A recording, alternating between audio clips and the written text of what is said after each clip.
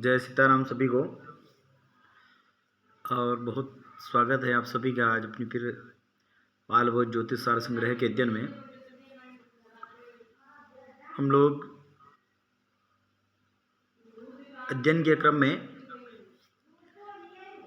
योग रत्न नामक द्वितीय अर्थ पढ़ रहे हैं और सभी शुभाशुभ योगों के बाद अब जो ये सामान्य आनंद आदि योग हम लोग कल पढ़ रहे थे, जिनका केवल श्लोक रूप जो नाम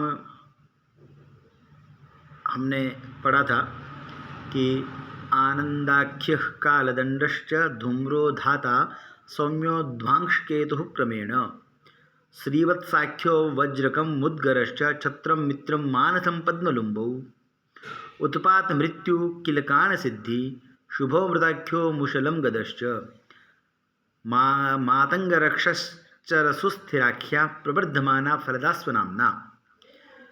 ये योग भी ऐसे बनते हैं योगों के द्वारा, वार और नक्षत्र के क्रम से यह योग भी बनते हैं। तो ये योग याद करने का विषय है, नहीं तो इतना स्मरण होना चाहिए कि इनका जो फल है वो नामवत फल है। तो नाम हमें याद होना चाहिए कि कौन सा शुभ नाम है और कौन सा अशुभ नाम है। जैसे आनंद कालदंड, कालदंड जो है वो अशुभ संज्ञा होगा नाम जैसे ही। काल का दंड जो है वह है ना, तो ये आपको अच्छी तरह से समझना है। शुभाशुभ का चिंतन करके नाम जैसे उत्पात है, मृत्यु है, लुम्ब है, आगे इसमें पढ़ेंगे ना इनके नाम, तो ये अशुभ है। ये समझ में आ जाएगा जब हम लोग इसका क्रम पूरा पढ़ेंगे। तो अभी मोटा मोटी यही समझना है, ये इनके नाम है। आनंद आख्य, आनंद नामक आनंदादि योग जो आनंद से लगा करके प्रवर्धमाना, 28वां जो योग है प्रवर्ध, वहाँ तक। तो आनंद कालदंड धूम्र धाता सौम्य ध्वांश केतु श्रीवत्स जय वज्र मुद्गर छत्र मित्र मानस पद्म लुम्ब उत्पात मृत्यु कान सिद्धि शुभ अमृत मूषल गद मातंग राक्षस चर सुस्थिर प्रवर्धमान, ये 28 योग हैं। अब ये योग कैसे बनते हैं? पहले पिछली बार भी उत्पात आदि थे, 4 योग बताए थे, उत्पात काल मृत्यु और सिद्धि। वो भी उन्होंने नाम पहले बता दिए और ये कॉलम दे दिया था। अभी हमारे सामने कॉलम दे दिया है। कॉलम को हम लोग फिर अगले पेज में पढ़ेंगे। पहले हम लोग इसका जो कैसे बनता है उस विषय को जान लेते हैं।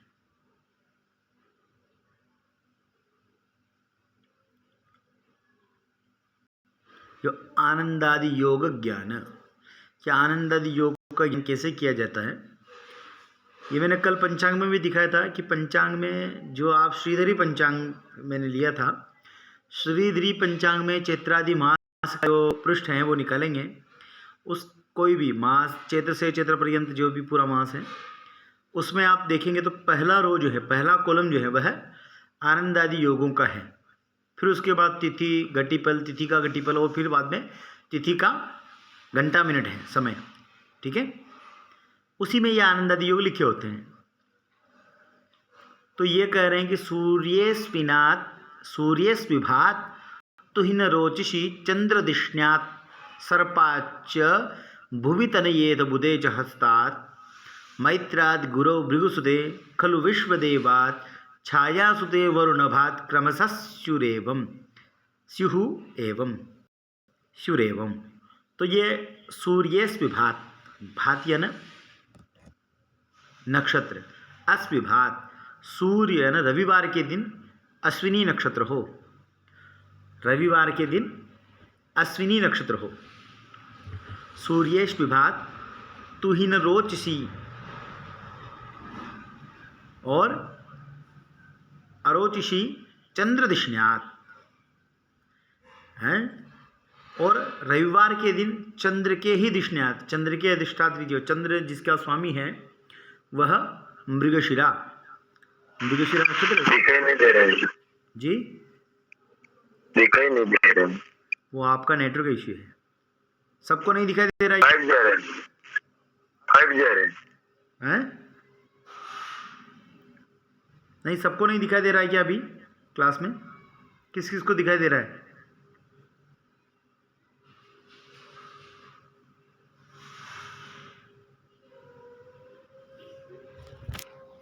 एक मिनट है, देखते हैं। हाँ, हम लोग पढ़ रहे थे तू ही नरोचसी चंद्र दृष्णात। सोमवार के दिन अगर पहले ये समझ लीजिए जो सामान्य बात बता रहे हैं, उसके बाद हम लोग कैसे बनते हैं वो क्रम से बताएंगे कि चंद्र दृष्णात, सोमवार के दिन मृगशिरा नक्षत्र हो, चंद्र के स्वामी के चंद्र के अधिकार का नक्षत्र हो, तो मतलब ये कहाँ से गिनना चाहिए? पहले आपको वो जो 28 आनंद आदि योग हैं, आनंद कालदंड इत्यादि, वह याद करने हैं। फिर देखना है कि सूर्य अगर अश्विनी में है तो रविवार के दिन उनको आनंद आदि से गिनना है।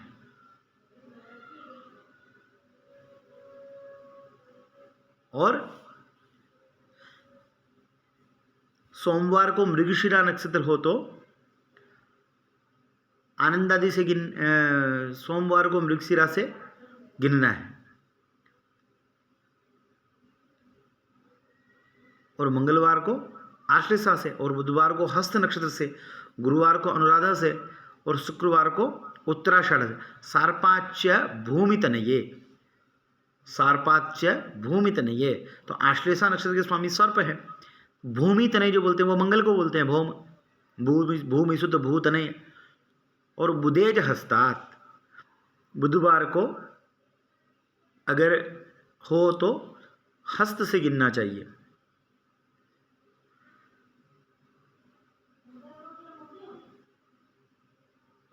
और गुरव मैत्राद गुरव, मैत्राद गुरव। अब मित्र जो है वो अनुराधा नक्षत्र, अनुराधा नक्षत्र के जो स्वामी है वह मित्र है, इसलिए मैत्राद गुरव, गुरुवार के दिन अनुराधा नक्षत्र से। और भृगुसुते, भृगुसुते खलु विश्वदेवात, और विश्वदेव जो है वो उत्तराषाढ़ नक्षत्र के स्वामी है, इसलिए शुक्रवार को भृगुसुते खलु वैश्वदेवात। और छायासुते, हर जगह आप रविजस सुना है, रविपुत्र सूर्यपुत्र, अब यहाँ छायासुते, और छाया के पुत्र शनिदेव। तो वरुण भात क्रमशः स्युः एवं।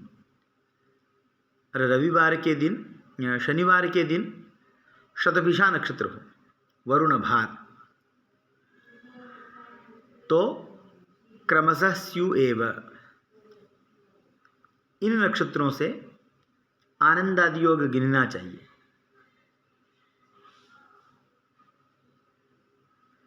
अब वो कॉलम देखेंगे तो जैसे रविवार के दिन अश्विनी नक्षत्र हो तो होगा, रविवार को अश्विनी से गिनना चाहिए। अश्विनी से क्या गिनना चाहिए? आनंद आदि योग, आनंद कालदंड इत्यादि क्रम से, ठीक है। और सोमवार को मृगशिरा नक्षत्र से गिनना चाहिए। अब कॉलम देखो,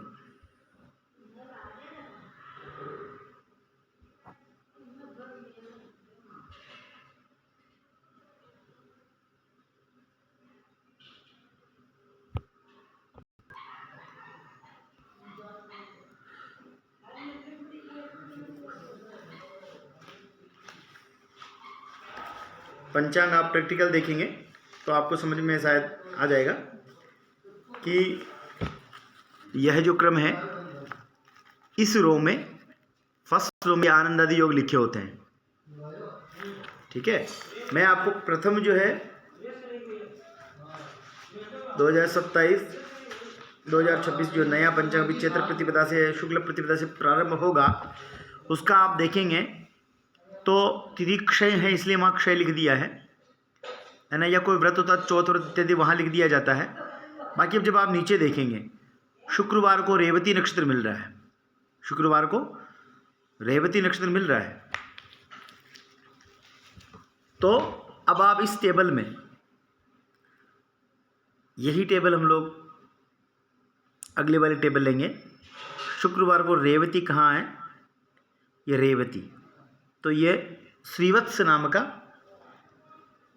योग बना है और वहाँ आप देखेंगे तो द्वितीया को श्रीवत्स नाम का योग है।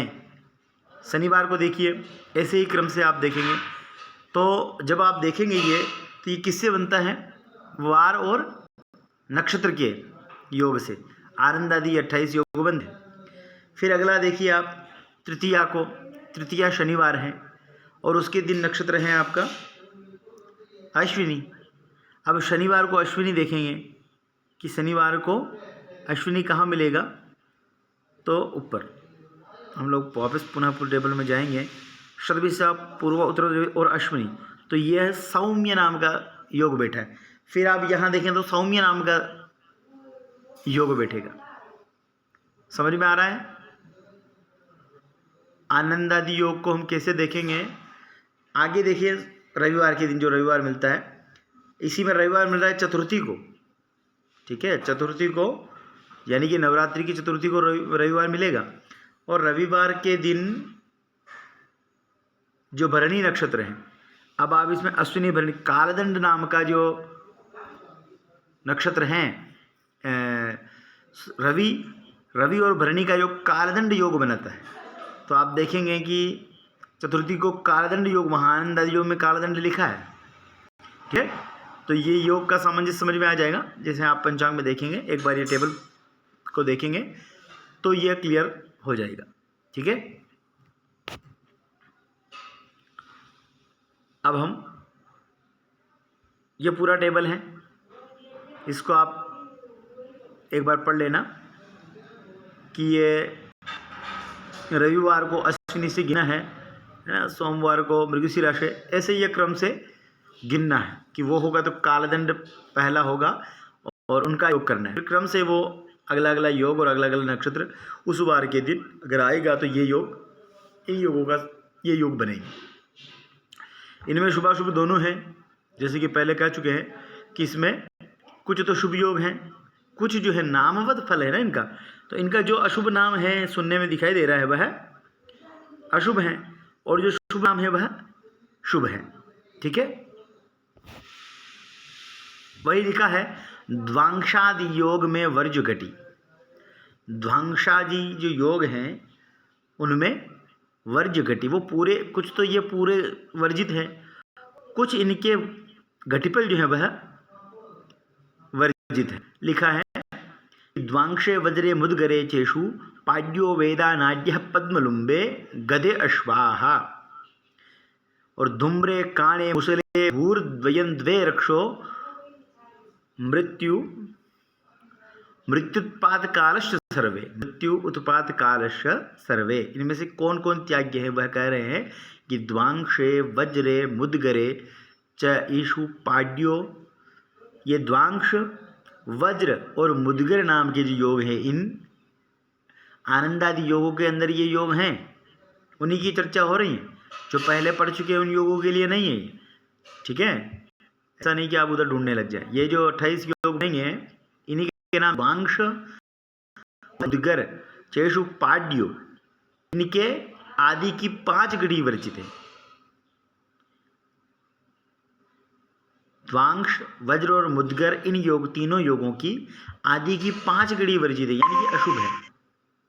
ठीक है,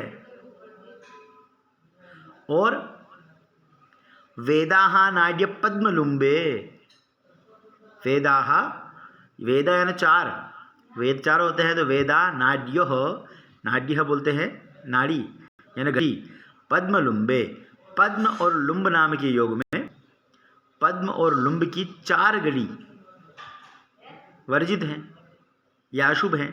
गदे अश्वाहा, सप्ताश्वाहा, प्रसिद्ध है कि 7 अश्व होते हैं। किनके? भगवान सूर्य नारायण के, तो यही प्रसिद्ध है। यही कह रहे हैं गदे अश्वाहा, यानी गद नाम का जो योग है उसमें वर्जित हैं।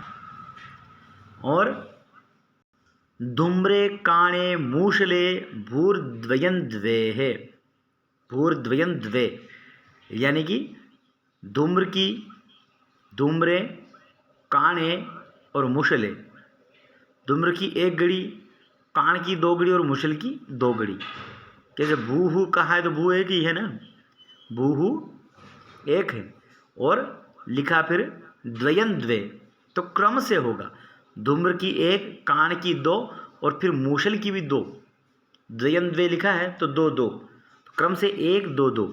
तो धूम्र की 1 घटी, काण की 2 घटी और मूशली नाम की योग की 2 घटी। और रक्षो मृत्यु उत्पात कालश्च सर्वे। राक्षस, मृत्यु, उत्पात और काल नाम का जो योग है यह संपूर्ण वर्जित है, इनकी 60 घटी वर्जित है। जब आप देखेंगे कि यहाँ आनंदादि योग में जब मुहूर्त निकालते हैं तो मान लो ये समय हमें बिल्कुल निषेध करना है, उसको समय को निकालना है, वर्जित है। सब योग देखने के बाद जब आप आनंदादि योग भी देखते हैं तो आप विचार करें कि इनका कितना घटी चला गया है। तो कैसे देखेंगे? नक्षत्र और वार के संयोग से कि इनका कितना घटी बीत चुका है। ठीक है, इनका जहाँ संयोग होगा उतनी घटी छोड़ करके फिर। और ये जो नीचे दिए हैं कि रक्षो मृत्यु उत्पात कालश सर्वे, राक्षस, मृत्यु, उत्पात और काल, ये 4 तो बिल्कुल वर्जित है। सो इनकी 60 या पूरा दिन कोई शुभ कर्म नहीं किया जा सकता। ठीक है, इसीलिए वर्जित है। ठीक है, यही शुभाशुभ है। और इनके अलावा जितने बचे हैं आनंद, सिद्धि इत्यादि वह सब शुभ है। सौम्य, श्रीवत्स, सुस्थिर, अमृत, मित्र इत्यादि जो प्रवर्ध, ये सब जो योग है वह बिल्कुल शुभ है। ठीक है, अब जो है बहुत अच्छा योग यह पढ़ा रहे हैं, त्रिपुष्कर योग। त्रिपुष्कर योग जो है यह शुभ योग हैं। यह शुभ भी हैं और अशुभ अगर कर्म इसमें हो जाए तो अशुभ भी हैं, क्योंकि ये अपने से 3 गुना फल देता है। शुभाशुभ का 3 गुना फल देता है। अगर अशुभ हुआ तो 3 गुना अशुभ होगा और शुभ हुआ तो 3 गुना शुभ होगा। मृत्यु उत्पात आदि जो कर्म है वह मृत्यु, विनाश और शुभ कर्म तीनों को 3 गुना करता है। तो शुभ कर्म करने से भी 3 गुना, अशुभ कर्म अगर होता है तो भी 3 गुना उनकी आवृत्ति होती है। तो पढ़ते हैं, भद्रातिथि रविज भूतनयार्क वारे। क्या कह रहे हैं कि भद्रातिथि, भद्रातिथि हो। भद्रातिथि कौन है? द्वितीया, सप्तमी और द्वादशी। नंदा के बाद भद्रा, तो द्वितीया, सप्तमी और द्वितीया, सप्तमी और द्वादशी तिथि, इनको बोलते हैं भद्रा। फिर रविजह, रविज है ना सूर्यपुत्र शनि, भूतनय भौम अर्कवारे या ना सूर्यवार, शनि मंगल और रविवार का दिन हो, भद्रा तिथि हो, शनि मंगल रवि का योग हो वार का, और द्विषार्यमाज चरणादि तिथि वन्य विश्वे। अभी क्या लिखा है? द्वि, या ना द्वि का मतलब क्या है? द्विषार्य यानी विशाखा, फिर उत्तरा फाल्गुनी, फिर इनके देवताओं के नाम अदिति, वन्य, विश्वे क्रम से। तो विशाखा, उत्तरा फाल्गुनी, पूर्वा भाद्रपदा, पुनर्वसु, कृत्तिका, उत्तराषाढ़ा ये नक्षत्र हो। त्रिपुष्कर का मतलब 3 यानी तिथि, वार और नक्षत्र का योग हो। तो भद्रा तिथि हो, भद्रा तिथियों में रवि, मंगल और शनिवार हो, और ये जो नक्षत्र हैं विशाखा, उत्तरा फाल्गुनी, पूर्वा भाद्रपदा, पुनर्वसु, कृत्तिका और उत्तराषाढ़ा, ये तिथिवार नक्षत्र हो तो त्रिपुष्कर योग होता है। ठीक है, फिर लिखा है त्रैपुष्करो भवति मृत्यु विनाश वृद्धो त्रैगुण्यदो द्विगुणकृत सुतक्ष चांदे, सुतक्ष च अंधे। अब जो है द्विपुष्कर योग भी बनता है, जैसे त्रिपुष्कर बना है ना, ये लिख दिया है त्रैपुष्करो भवति मृत्यु विनाश वृद्धौ त्रैगुण्यदौ, यानी कि त्रिपुष्कर योग होता है किनसे? कि भद्रा तिथि रविज भूतन यार्क वारे द्विषार्य माज चरणादि चरणादिति वन्य विश्वे त्रयपुष्करो भवति। इन भद्रा तिथि, रवि, मंगल, शनि और विशाखा, उत्तरा फाल्गुनी, पूर्वा भाद्रपदा, पुनर्वसु, कृत्तिका और उत्तराषाढ़ा नक्षत्र का योग होने पर त्रिपुष्कर नाम का योग होता है।